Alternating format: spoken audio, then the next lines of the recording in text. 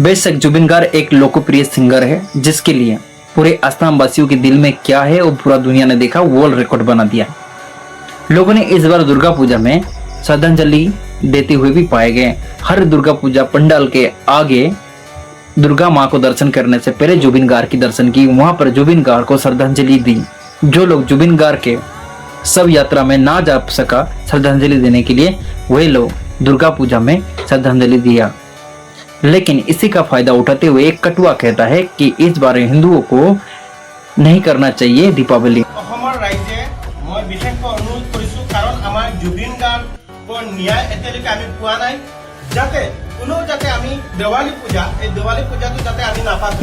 ठीक है, हिंदू नहीं करेगा दीपावली, हम इसको स्वीकार करते हैं, लेकिन मैं इस कटुआ को भी एक नसीहत देना चाहता हूँ। तो कटुआ, तुम्हें कुरान की नसीहत देता हूँ। कुरान में अल्लाह कहता है मुसलमानों को उस देश को छोड़ के चले जाना चाहिए जहां इस्लाम लागू नहीं है, और ये बात सूरह निसा के 4.97 कहता है।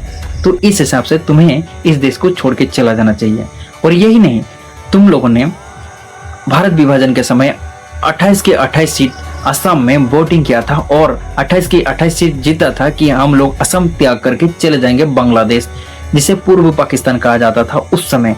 तो वहां पर चले जाना चाहिए था, लेकिन तुम लोगों ने नहीं किया।